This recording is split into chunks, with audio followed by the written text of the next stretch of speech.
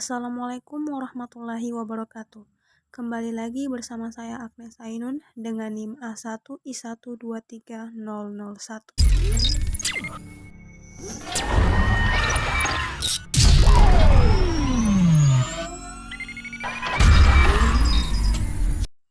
Pada video kali ini saya akan sedikit menjelaskan tentang hakikat teknologi informasi dan komunikasi.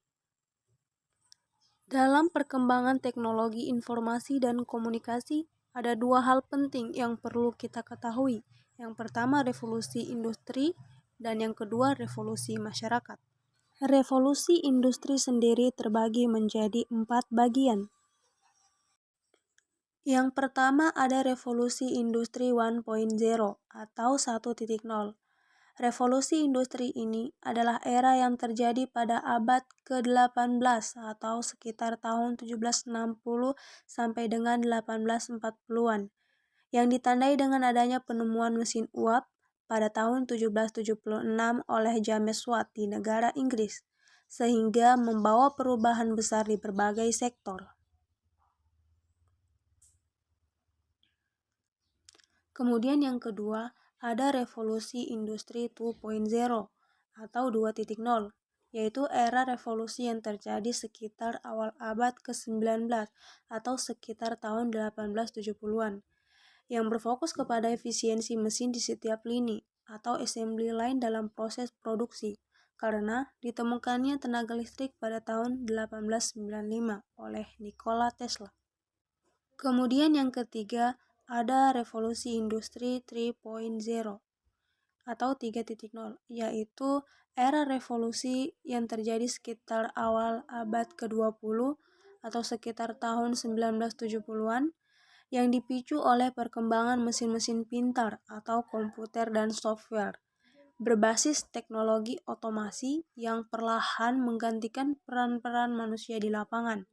Pada era inilah dimulainya digitalisasi khususnya di dunia industri. Kemudian yang terakhir ada revolusi industri 4.0 atau 4.0. Nah, inilah revolusi terbaru yang sedang ramai diperbincangkan, di mana pada era kali ini lebih berfokus pada perkembangan dunia dan internet atau Internet of Things.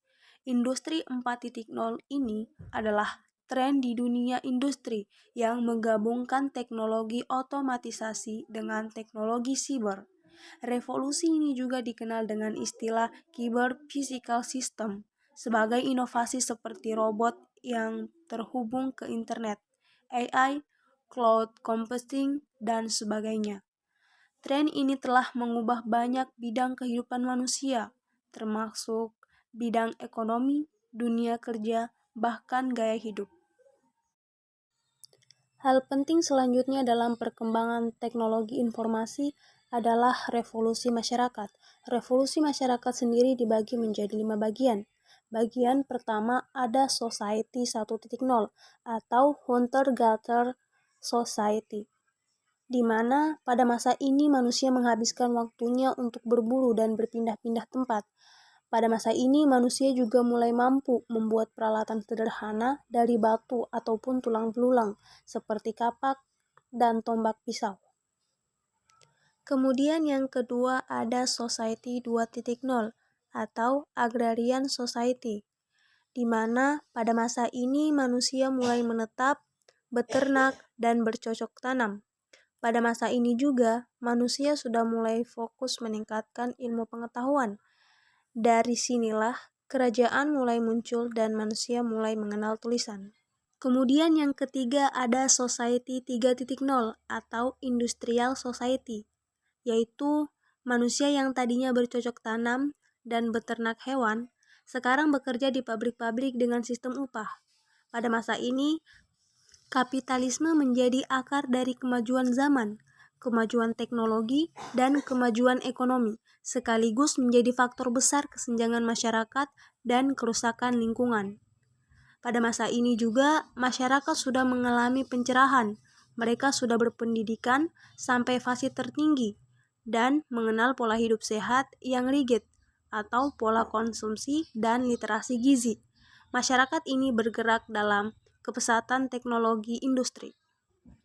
Selanjutnya ada Society 4.0 atau Information Society, di mana pada masa ini dengan ilmu pengetahuan dan teknologi yang semakin berkembang, manusia mulai memasuki era di mana aliran informasi dan data begitu cepat, sehingga jarak, ruang, dan waktu semakin hilang. Komunikasi dan koneksi antar manusia menjadi semakin mudah dan intens.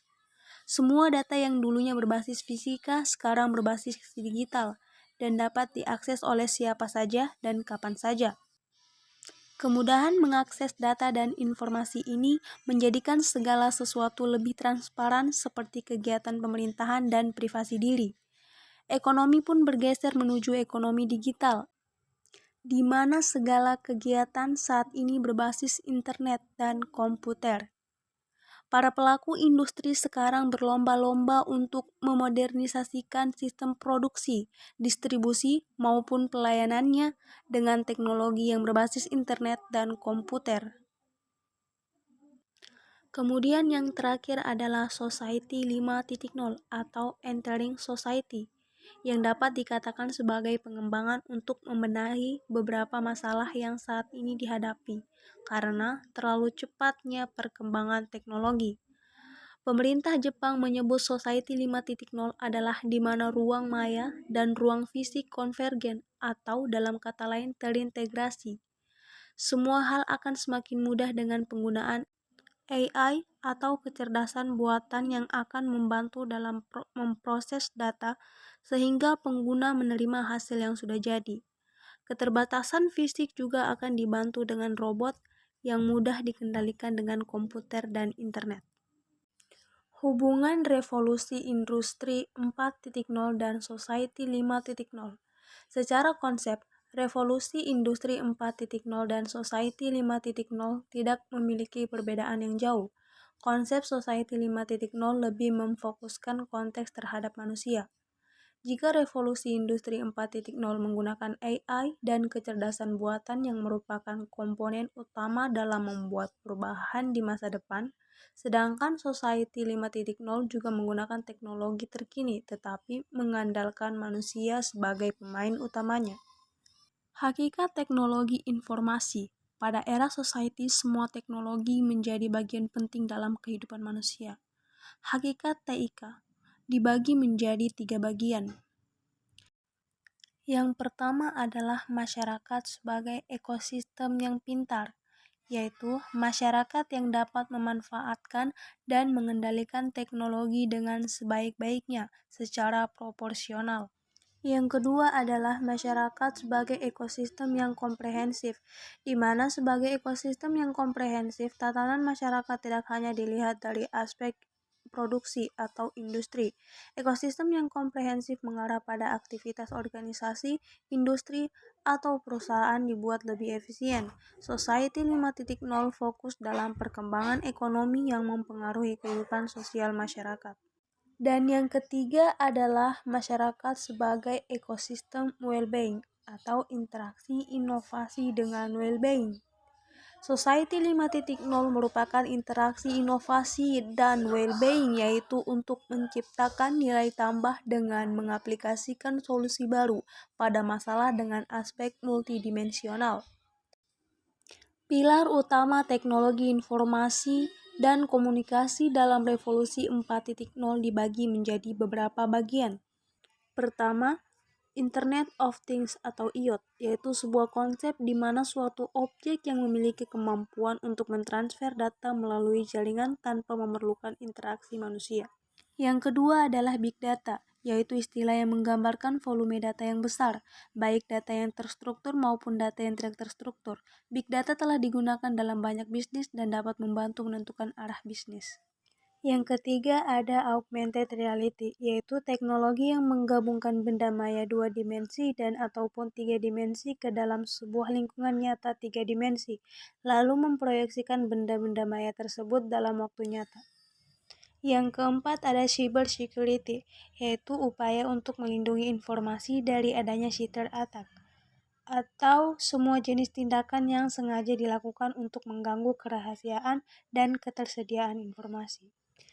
Yang keempat ada Artificial Intelligence atau biasa disebut dengan AI, yaitu kecerdasan buatan dengan pangkal sistem yang dapat memahami lingkungannya dan dapat mengambil tindakan yang memaksimalkan peluang kesuksesan di lingkungan tersebut untuk beberapa tujuan. Yang kelima adalah Additive Manufacturing. Additive manufacturing merupakan terobosan baru di industri manufaktur yang sering dikenal menggunakan printer 3D. Dalam era digital saat ini, gambar desain digital yang telah dibuat dapat diwujudkan menjadi benda nyata dengan ukuran dan bentuk yang sama dengan desain sebenarnya, atau dengan skala tertentu. Yang keenam adalah simulasi. Simulasi ini digunakan dalam banyak konteks, seperti simulasi teknologi untuk optimalisasi kinerja, teknik keselamatan, pengujian, pelatihan, pendidikan, dan video game. Yang ketujuh ada sistem integrasi atau integrated system, merupakan rangkaian yang menghubungkan beberapa sistem bagi secara fisik maupun fungsional. Sistem ini akan menggabungkan komponen subsistem dalam satu sistem yang menjamin setiap fungsi dapat berfungsi sebagai kesatuan dari sebuah sistem. Dan yang kedelapan ada cloud computing, yaitu teknologi yang menjadikan internet sebagai pusat pengelolaan data dan aplikasi, di mana pengguna sistem diberikan hak akses atau login mengakses server virtual untuk bisa konfigurasi server melalui internet. Baik, mungkin itu saja sedikit informasi dari saya mengenai hakikat teknologi informasi dan komunikasi. Apabila masih banyak kesalahan dalam pembuatan video ini, mohon untuk dikoreksi.